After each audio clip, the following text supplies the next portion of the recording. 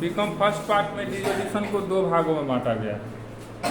पहला पार्ट को बोलते हैं D1 या फुल फॉर्म उसी का है डिसोल्यूशन 1, और दूसरा पार्ट को बोलते हैं D2।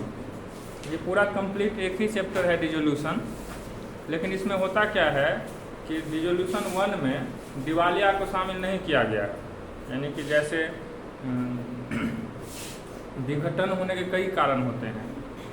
जैसे 2-3 साझेदार था, इसमें से 2 साझेदार बिजनेस छोड़ दिया तो अकेला बच गया, तो व्यवसाय बंद हो जाएगा साझेदारी फर्म। जैसे 3 साझेदार था, तीनों का एक्सीडेंट हो गया, मर गया, साझेदारी व्यवसाय बंद होगा। 3 साझेदार था, 2 का एक्सीडेंट हो गया, अब वो दोनों बिजनेस में नहीं आ सकता है। या और भी बहुत सारा कारण होता है, कोई इंटरेस्टेड नहीं है चलाने में, या कोई ऐसा बिजनेस है जो चल रहा था लेकिन अब कम चलने लगा, हमारे एक्सपेक्टेशन के हिसाब से प्रॉफिट नहीं हो रहा है। तो ऐसी स्थिति में क्या होता है, साझेदार अपनी सहमति से या किसी भी कारण से व्यापार बंद हो जाता है। क्या होता है, व्यापार बंद। तो व्यापार का बंद होना ही साझेदारी फर्म का विघटन है। हम कह सकते हैं कि जब किसी कारणवश एक साझेदारी व्यवसाय अपना व्यापार बंद कर देती है तो इसे हम क्या कहते हैं, साझेदारी फर्म का विघटन। विघटन इसी का दूसरा नाम है समापन, इंग्लिश में बोलते हैं डिसोल्यूशन। समझ रहे बातों को। कारण कोई भी हो, लेकिन जब हम अपने व्यापार को बंद करेंगे तो उसे क्या बोलेंगे, साझेदारी फर्म का विघटन। तो इसमें से एक महत्वपूर्ण कारण है साझेदारों का दिवालिया होना। ठीक है, साझेदारों का दिवालिया होना। तो दिवालिया आप लोग समझते हैं कि जब किसी व्यक्ति के पास उसके पास जितना प्रॉपर्टी है, एसेट है, उससे ज़्यादा उसका कर्ज हो गया। जैसे मान लो कि एक व्यक्ति है राम, जिसके पास 1 करोड़ का प्रॉपर्टी है और 5 करोड़ का कर्ज हो गया, तो वह अपना सारा प्रॉपर्टी बेच करके भी वह कर्जा क्या कर सकता है, नहीं चुका सकता। ठीक है, तो उसे हम दिवालिया मानेंगे। क्या मानेंगे, दिवालिया।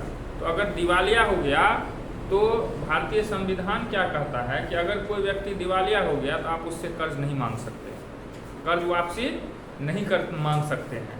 क्योंकि एक व्यक्ति के पास जब 1 ही करोड़ का प्रॉपर्टी है और 5 करोड़ का कर्ज है, इसका मतलब क्या हुआ कि वह सारा प्रॉपर्टी बेच करके भी लायबिलिटी नहीं पे कर सकता है। और लायबिलिटी नहीं पे कर सकता है तो उसको मार करके या उसको काट करके, उसके शरीर का टुकड़ा करके तो हम नहीं ना उसका बेच सकते हैं। तो सरकार ऐसा नियम बनाया है कि जब वह प्रॉपर्टी बेच करके भी कर्जा नहीं चुका पाता तो आप उससे कर्जा नहीं मांग सकते। 1 करोड़ बेच देगा कानून अपने संरक्षण में। आप लोग मूवी सब में देखे हैं ना, क्या कर नीलामी होता है। जब कर्जा ज़्यादा हो जाता है तो क्या होता है, नीलामी होता है, उसके घर का बोली लगता है, 1 करोड़ 1.5 करोड़ 2 करोड़ लगते हुए देखे हैं ना। वो नीलामी की ही स्थिति होती है। वो कर्जा जो बहुत बढ़ जाता है तो उसका संपत्ति को नीलाम करके बेच देते हैं और जितना पैसा आता है उस पैसा से कर्जा चुकाया जाता है।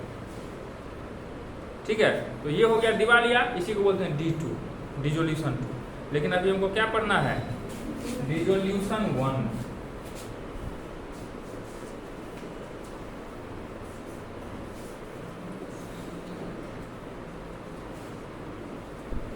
डिसोल्यूशन 1, साझेदारी फर्म का विघटन।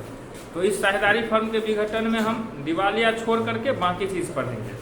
तो सबसे पहले हम एक बार और फिर से बताएंगे कि डिसोल्यूशन क्या होता है। किसी का थ्योरी हम देंगे, कॉपी पे हमको लिख करके देंगे, यूट्यूब पे भी या हम ग्रुप्स में भी भेज देंगे। ठीक है, उसको अपना देख लेना। एक बार हम और चर्चा चाहेंगे। विघटन का मतलब होता है समापन या व्यापार का बंद होना, अस्थायी रूप से बंद हो जाना, उसे ही बोलते हैं साझेदारी फर्म का। अब इसके कारण कई हो सकते हैं। जैसे बिहार में शराब का व्यापार चलता था, ठेका, तो 2 या 3 आदमी मिल करके शराब का ठेका लिए थे, तो वह भी व्यवसाय था, साझेदारी व्यवसाय। लेकिन एक ही बार में नीतीश कुमार जो है सो घोषणा कर दिया, आज से शराब बंद हो गया बिहार में। तो वह बिहार सरकार है ना जी, बिहार में जितना नियम बनाता है सरकार बनाता है। तो सरकार बना दिया नहीं बिकेगा तो शराब हो गया अवैध। तो जैसे अवैध हो गया तो हमको शराब का ठेका बंद करना पड़ा।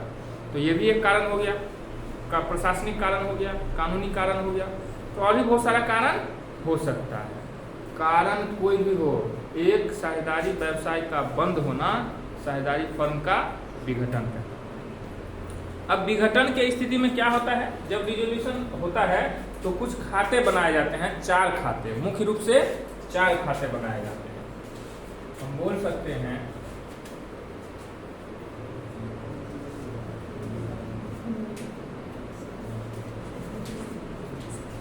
Preparation of accounts. पहला कौन सा होता है,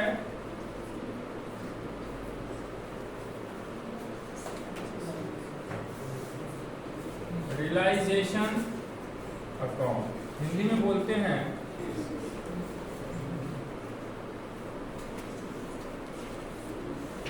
वसूली खाता। दूसरा होता है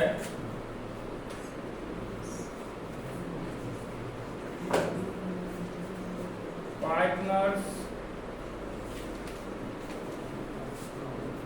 कैपिटल अकाउंट, साझेदार का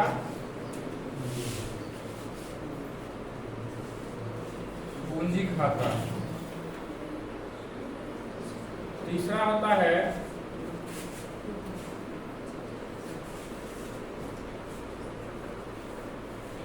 पार्टनर्स लोन अकाउंट, साझेदार का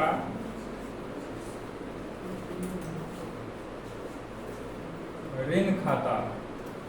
और चौथा होता है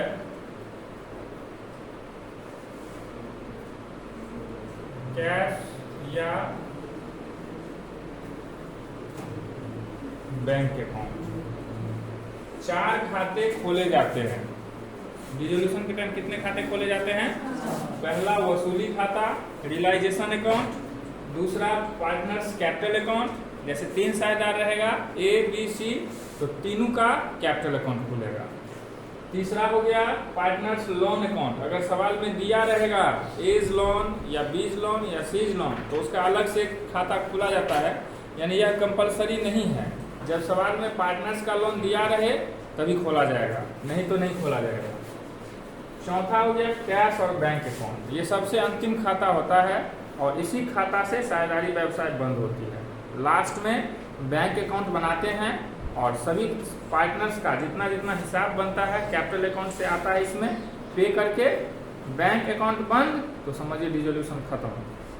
ठीक है, तो 4 खाते होते हैं जिसमें सबसे इम्पोर्टेंट है, इम्पोर्टेंट क्या, सारा तो इम्पोर्टेंट ही है, इसमें एक लोन खाली कंपलसरी नहीं है, आ भी सकता है नहीं भी आ सकता। वसूली खाता, तो वसूली खाता है क्या, तो नाम ही है वसूली खाता। सुनने से ही साफ होता है वसूली, यानी इसका काम क्या है, वसूल करना। तो स्वाभाविक है कि जब एक साझेदारी व्यापार बंद होगा तो क्या होगा, आप लोग खुद सोचो, अपना कॉमन सेंस लगाओ। साझेदारी व्यवसाय को छोड़ो, एक दुकान हम चलाते हैं रैयाम मार्केट में या दरभंगा में, उस व्यापार को बंद करना है तो स्वाभाविक है कि जब बिजनेस बहुत पहले से चला आ रहा है तो उसके पास कुछ संपत्ति होगा, संपत्ति होगा तो मार्केट में कुछ लायबिलिटी भी हो सकता है, किसी से कर्ज लिया होगा, कुछ लिया होगा। तो जैसे ही हम बिजनेस बंद करेंगे तो हमको कर्जा चुकाना पड़ेगा। क्या कर्जा वाला हमको लायबिलिटी जो दिया है वो छोड़ने देगा ना हमको, तो हमको कर्जा चुकाना है, तो उसका पैसा कहाँ से आएगा, तो पैसा आएगा हम अपने व्यवसाय को जब बंद करेंगे तो मेरे पास जितना प्रॉपर्टी है सभी संपत्ति को बेचेंगे, संपत्ति बेचेंगे, उससे पैसा आएगा और उस पैसा से हम क्या करेंगे, बाहरी कर्जदारों का भुगतान करेंगे। और जब बाहरी कर्जदार का भुगतान कर देंगे, जो पैसा बचेगा सभी साझेदार आपस में बांट लेंगे और बांटने के बाद कैपिटल में डाल करके पेमेंट कर देंगे बैंक के माध्यम से, खाता बांट। तो फाइनली क्या होता है, वसूली खाता, नाम ही है रियलाइजेशन। रियलाइजेशन अकाउंट में सभी संपत्तियों को ट्रांसफर करके बेचा जाता है, सभी लायबिलिटी को ट्रांसफर करके भुगतान किया जाता है और जो पैसा बैलेंस बच जाता है उसे बोलते हैं रियलाइजेशन प्रॉफिट या रियलाइजेशन लॉस। समझ रहे बात को, रियलाइजेशन प्रॉफिट या रियलाइजेशन लॉस। उस लॉस को बांट करके कैपिटल में डालेंगे, कैपिटल में उसका ओपनिंग बैलेंस जाता है, इसके बाद अगर जनरल रिजर्व रहेगा वो जाता है, ठीक है। इसके बाद अगर मान लीजिए और कोई प्रॉफिट रहेगा, जैसे बैलेंस शीट के लायबिलिटी साइड में पीएल अकाउंट दिया रहेगा, तो पीएल अकाउंट हमारा प्रॉफिट हुआ ना, ओल्ड रेशियो में बांट करके कैपिटल के क्रेडिट में लिखेंगे। रिजर्व फंड रहेगा, जनरल रिजर्व रहेगा, और भी बहुत आइटम सब होता है जो इंटरनल लायबिलिटीज होता है। सभी को बांट करके कैपिटल के क्रेडिट में डालेंगे। इसके बाद सभी साझेदार का शेष निकालेंगे। जिस पार्टनर्स का क्रेडिट साइड बड़ा होगा यानी उसके पास कैपिटल अवेलेबल है तो डेबिट में टू बैंक करेंगे और उसको पेमेंट कर देंगे। कभी कभी किसी पार्टनर्स का हो सकता है डेबिट साइड बड़ा हो, इसका मतलब उसका कैपिटल का डेबिट शेष हो गया, यानी कैपिटल कम है, जितना उसका पूंजी रहना चाहिए उससे ज़्यादा वो निकाल चुका है। तो ऐसी स्थिति में वह घर से पैसा लाएगा तो क्रेडिट साइड में बाय बैंक लिखेंगे। ठीक है। इसके बाद बैंक से रिलेटेड जितना ट्रांजैक्शंस है सभी को बैंक अकाउंट में डालेंगे। बैंक अकाउंट बंद, डिसोल्यूशन खत्म। समझे बात को?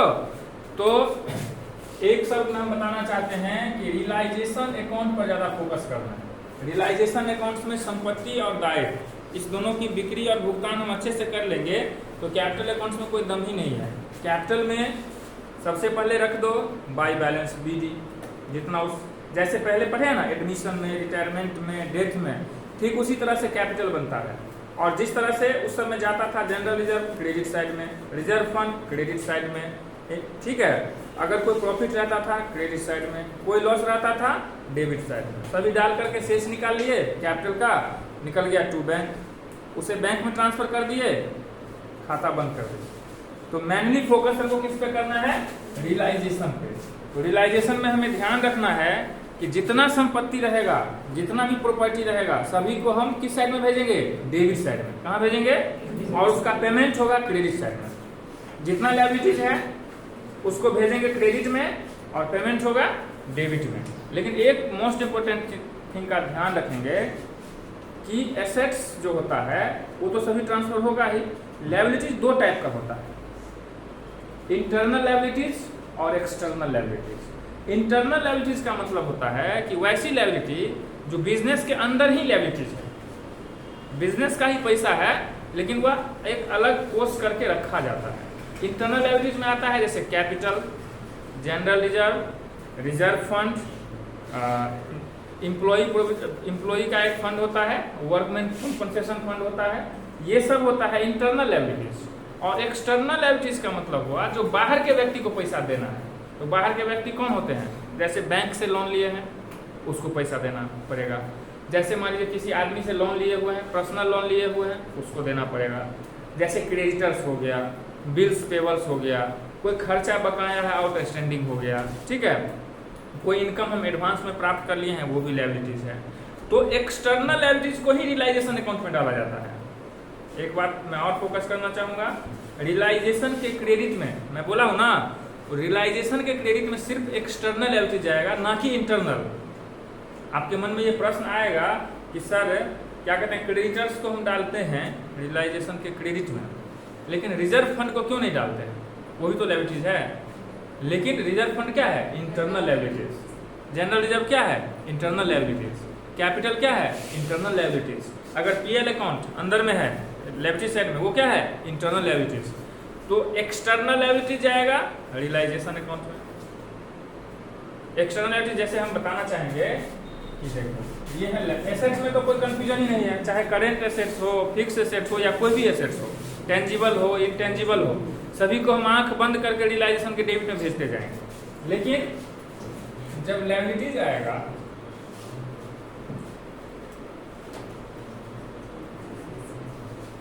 तो लायबिलिटीज दो टाइप का होता है, एक्सटर्नल और इंटरनल। ठीक है, तो एक्सटर्नल कहा जाएगा रियलाइजेशन अकाउंट में। जो बाहरी, एक्सटर्नल का मतलब सीधा जो बाहरी व्यक्ति को पैसा देना है एक्सटर्नल, और जो अंदर का ही लायबिलिटीज है वो हो गया इंटरनल। और इंटरनल लायबिलिटीज कहा जाता है सीधा कैपिटल अकाउंट का। बस इतने बात का हम ध्यान रखेंगे।